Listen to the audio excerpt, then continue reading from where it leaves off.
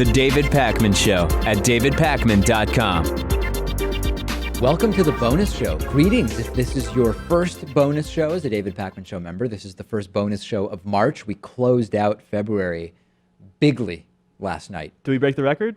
Oh, yeah. The record for new members was broken around like the 15th of the month. That's amazing. Yeah, Especially, February has 28 days. Yes, indeed. February, the shortest month, but a record-setting month. So welcome to all the new members. An Alabama church wants to create its own police force, which is weird to me because you'd think that if the power of prayer is what many believe it to be, that you wouldn't need a police force. But regardless, Briarwood Presbyterian Church in Vestavia Hills made the request to have their own police force, and it became the subject of House Bill 180, which is being sponsored by State Representative Arnold Mooney. It's already passed the House Public Safety Committee.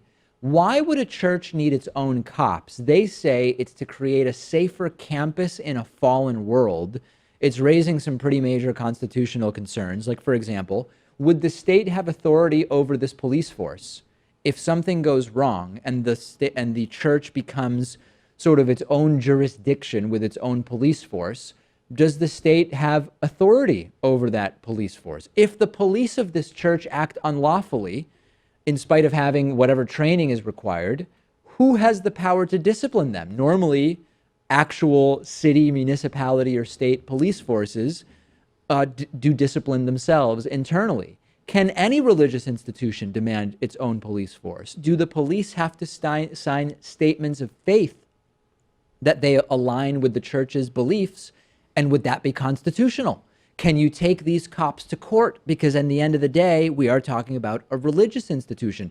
Just major questions about this. Well, I think it just sounds to me like any other type of private police force. So, for example, I went to Suffolk University in Boston, and they had their own police department there. They weren't security. They were actual certified police officers trained by the state police. But, I think a lot of people had a tough time kind of recognizing their authority in that way. And, there were different places where they had jurisdiction over. But, of course, I think ultimately you kind of have to yield to the Boston Police Department. It depends. So here's the deal. There are universities that have security, and there are universities that have actual police departments. So as an example, for a while, Smith College in Northampton, Massachusetts, had security, and they did not really have the authority to detain people, for example. They would have to call Northampton, Massachusetts police. Eventually, they contracted with an organization that actually establishes police forces for colleges and universities, and that changed the authority that they have. The University of Massachusetts Amherst has police that has equivalent authority to Massachusetts State Police. And they're public schools, so that's a little bit different. It's different too. Because it's a public school as well. Yeah, so there's a number of different questions here. And when it comes to authority, yeah, there was a time when people would sort of be aware that Smith College security can't actually make you do anything. They can't make you stay. If they say you need to stay here and wait for the police to arrive, they don't actually have the authority to physically detain you. Now they do.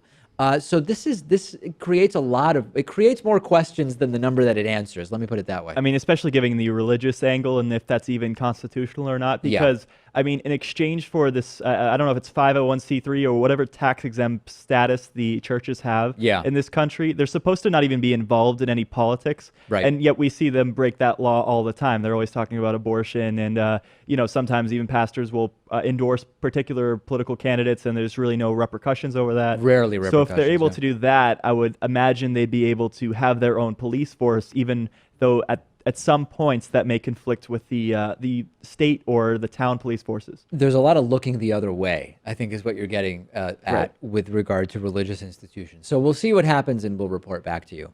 Okay, you can measure the average distance to the closest forest, right? So no matter where you are in the U.S., you can measure how far you are from the closest forest. And then you can take an average of all that and say, okay, on average in the United States, here's the distance to the closest forest.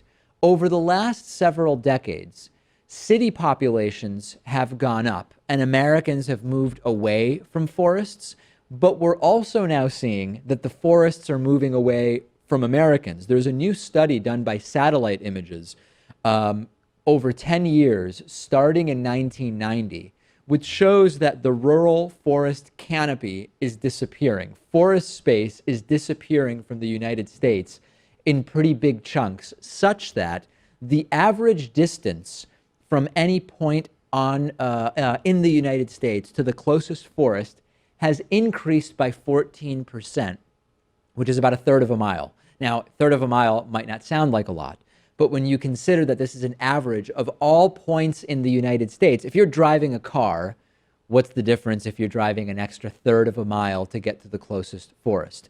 But when you think about all of the birds that are around, for example, and the fact that every single bird now has to travel further to get back to a forest, and the implications that that has on pollinators and so many other aspects, this is another way that we can measure what is happening on to the environment in our planet.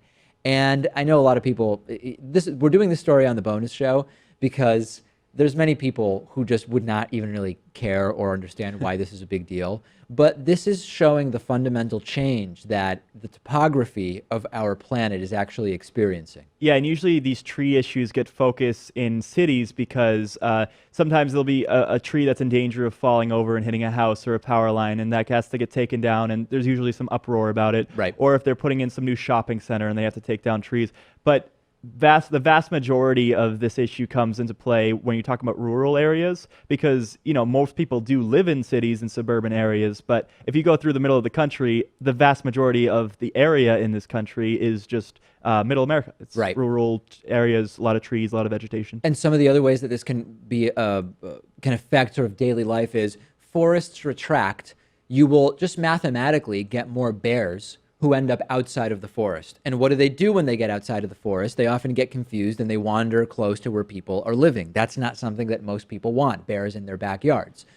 When you think about carbon sequestration, right? Trees take carbon out of the atmosphere, carbon dioxide out of the atmosphere.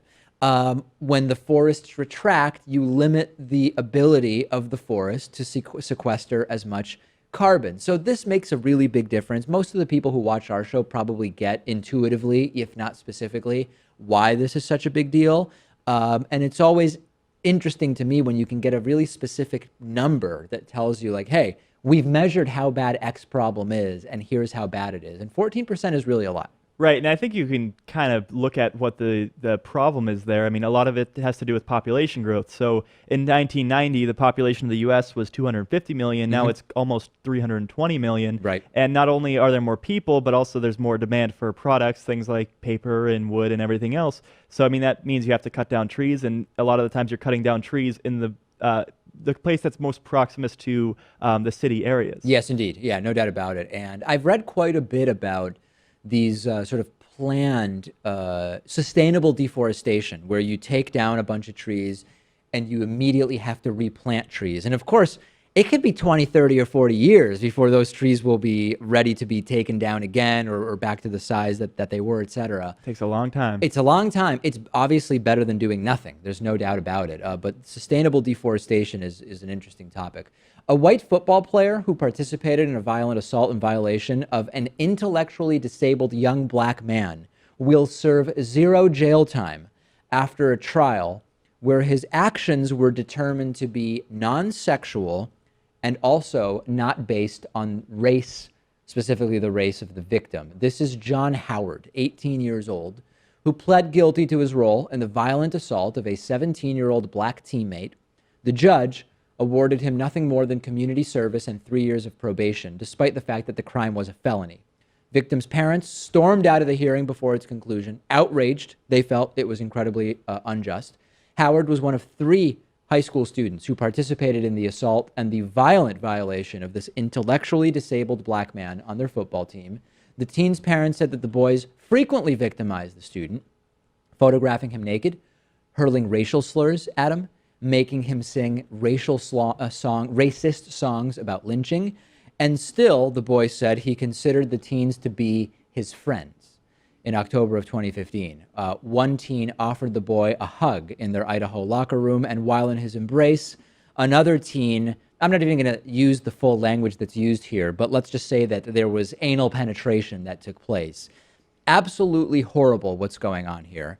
And the attorneys representing Howard said, well, the disabled teen was being coached by his parents about what to say in order to win a $15 million lawsuit against the school over the attack.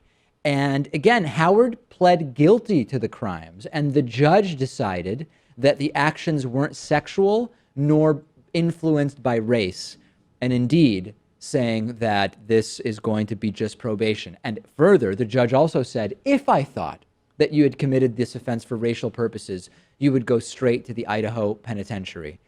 Does this sentence make sense to you? Of course not. I mean, it's obviously sexual assault by the letter of the law, I would think. I mean, they're placing a foreign object inside of this poor kid's body. Yeah. A coat hanger, I guess, in this instance.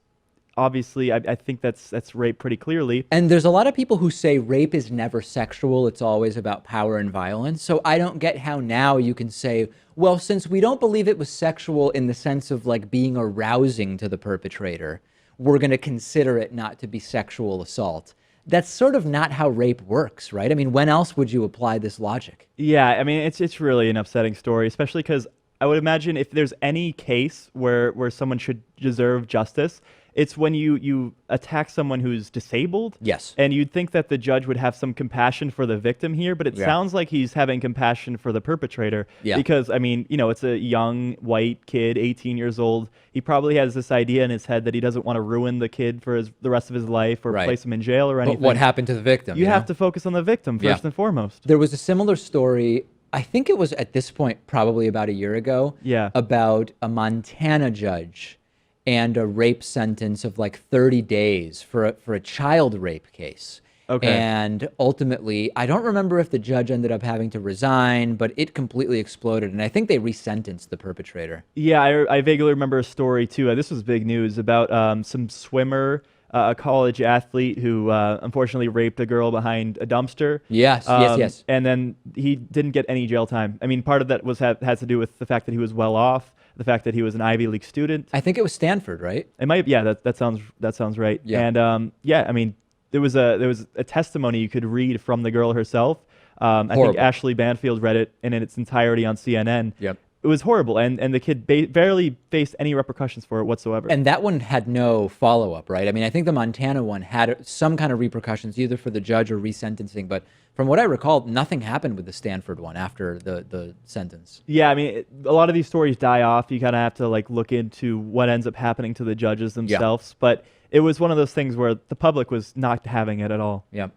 All right, that's it for the bonus show. Please get your coffee orders in. A lot of people, Pat, have already reordered coffee. We just launched coffee about 3 weeks ago, and there are 3 or 4 people who have already made second orders of the coffee because they love the coffee so much. It's almost like there's an addictive property in this product that is causing people to come back to it. It's interesting how that works, yeah. DavidPakman.com/gear. That is the place. And do you have coffee in there today? I have coffee in here. Made from the Keurig, but I use the reusable pod as always. Somebody wrote in and said that you conveniently didn't mention whether it's recyclable plastic that your Keurig pod is made from. I didn't think plastic was recyclable, period. I thought that was the whole problem with plastic. I mean, what does it matter? I'm using it over and over and over again. Yeah, I'm you're not throwing recycling it out. myself. I'm reusing it. Right, you're not throwing it out. I'm not a bad person. People demanding continued answers in Keurig Gate. By the way, I hope we have time for this tomorrow, but there's a new thing called Spitgate. And yeah, this is the third liquid leak that's come out from the show in the past couple of weeks. We had Soupgate. Oh, Soupgate. Yeah, then Soupgate, Keurig, Gate, all related Spitgate. to liquids. Yeah. Well, let's hope that trend doesn't continue because eventually it could get pretty graphic. That's why I'm calling it leaks. Leaks, yeah. They are. That's interesting. It's a double entendre. Okay, that's it for today. Get your coffee. DavidPakman.com/gear. The David Pakman Show at davidpakman.com.